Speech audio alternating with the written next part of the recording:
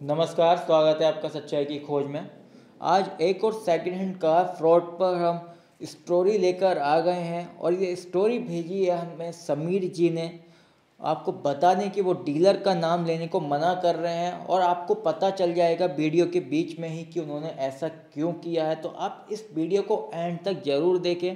And तक आप शुरू से लेकर एंड तक देखेंगे तो आपको सारी चीज़ें समझ में आएंगी कि डीलर किस तरीके से आपके साथ फ्रॉड करते हैं और किस तरीके से आपको बचना है। तो चलिए शुरू करते हैं, क्या ये स्टोरी है।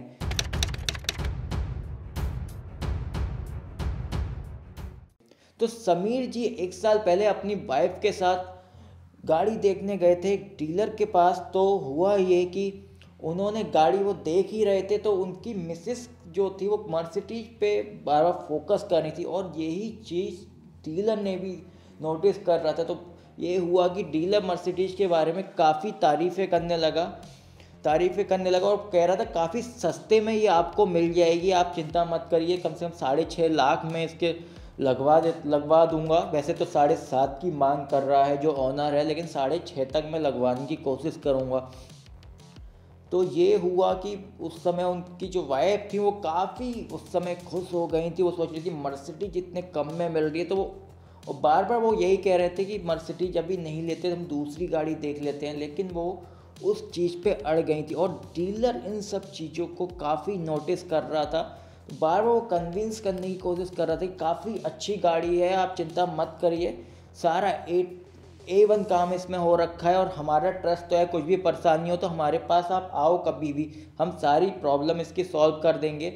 तो हुआ ये, फिर वो टेबल पे बैठे और टेबल पे बात हुई तो गाड़ी की कीमत लगाई गई थी 666, मतलब 666, यानी 6,66,000 रुपये गाड़ी की कीमत लगाई गई थी। फिर ये हुआ कि समीर जी कुछ ही दिनों में वो गाड़ी घर लेकर आ गए। उस समय आरसी, बता दें कि आरसी भी ट्रांसफ़र नहीं हुई थी उनके नाम पे। तो जी हुआ ये कि जब समीर जी गाड़ी घर पे लेके तो आ गए और आपको बता दें गाड़ी मॉडल थी 2012। लेकिन कुछ दिनों बाद, 10 से 15 दिन बाद गाड़ी में जो है दिक्कतें आना शुरू हो गई थी।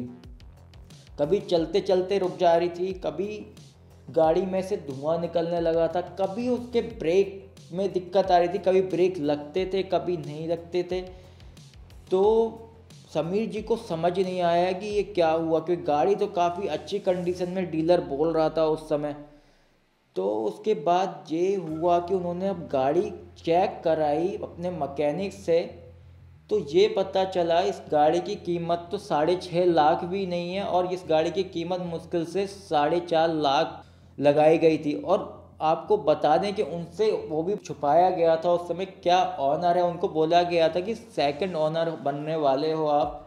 तो आप समझ सकते हैं कि कम से कम 2 लाख ऊपर की रकम उनसे ली गई थी उस समय। और उस समय ये भी आप देखा गया कि बार बार डीलर जो था उसने उनका वीक पॉइंट पकड़ लिया था कि अब ये गाड़ी तो ज़रूर लेंगे, क्योंकि उनकी वाइफ एक तरीके से वहाँ पे अड़ गई थी कि यही गाड़ी लेनी है और सस्ती मिल रही है तो इसमें क्या कमी निकलेगी, तो ये डीलर करवा ही देगा। तो ये हुआ कि जब कमियाँ निकलना शुरू हुई थी, उनके मैकेनिक ने भी बता दिया, तो डीलर के पास जब ये गए कि आप मेरा मैटर सॉल्व करिए, ये गाड़ी तो इतने की भी नहीं है, तो वो कई चीज़ें बोलने लगा कि ये नहीं इतने की ही है, अपने मैकेनिक को दिखा देता हूँ। तो बात ऑब्वियस सी बात है, अपने मैकेनिक को दिखाएगा तो वो उनकी बात ही करेगा। तो ये हुआ, उस समय उनके मैकेनिक को भी दिखाई तो मैकेनिक ने कहा जी हाँ, इनमें कोई प्रॉब्लम नहीं है, बस कुछ 2-3 दिन का टाइम दो, ये छोटे मोटे इशूज़ हैं, मैं सही करके दे देता हूँ। तो जी ये हुआ कि 2-3 दिन बाद आए, दोबारा से गाड़ी उनकी चालू हालत में आ चुकी थी। वो जुगाड़ किया उन्होंने, जो भी किया चालू हालत में आ चुकी थी। लेकिन फिर 20 से 25 दिन बाद गाड़ी में वही प्रॉब्लम दिखाई देने लगी। बीच सड़क पे उनकी गाड़ी रुक जाती थी, ऑटोमेटिक थी इसलिए वो धक्का भी नहीं लगा सकते थे और पीछे वाले लोग उनको गालियाँ सुनाते थे। तो उसके बाद ये हुआ, वो काफ़ी गुस्से में आ गए। फिर वो डीलर के पास गए, फिर उन्होंने कहा आप ये पकड़िए चाबी, मुझे पैसे वापस कर दीजिए इसके, ये गाड़ी मुझे नहीं चाहिए। फिर आप यकीन नहीं करोगे वहाँ पे क्या हुआ, इनका लड़ाई झगड़ा शुरू हो गया। तो डीलर ने बकायदा इनकी मार पिटाई कर दी उस समय। उन्होंने अपने बंदे बुला के इनकी मार कुटाई शुरू कर दी।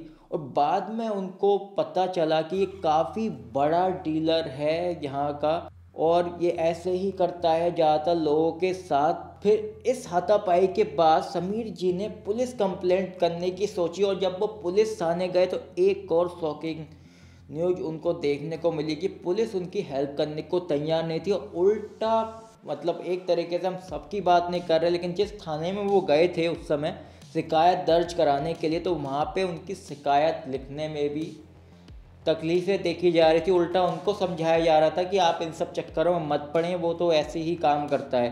तो मतलब कोई सपोर्ट उनकी को नहीं मिलते हुए दिखाई दिया। फिर उसके बाद सारी चीज़ें उनके सामने आ चुकी थी कि ये बहुत बड़ा डीलर है, ये ऐसे ही काम करता है।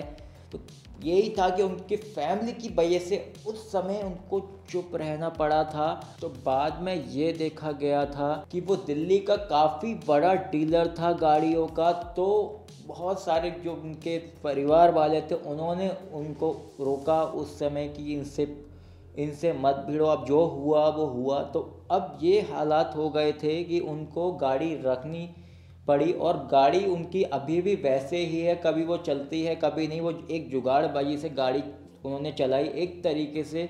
इस स्टोरी में सामने ये आया कि 6,66,000 पैसे जो थे वो पानी में चले गए, और सीधे सीधे डीलर की गुंडागर्दी इसमें देखी गई कि डीलर हाथापाई पे उतर आया और किसी चीज़ से वो नहीं डर रहा था। और आप और हम ज़्यादातर परिवार की वजह से चुप बैठ जाते हैं, तो उन्हें भी चुप बैठना पड़ा, क्योंकि बहुत चीज़ें हैं कि हो सकता था कि उनके साथ उस समय कुछ, अगर वो अगला स्टेप लेते तो शायद उनके साथ कुछ भी हो जाता।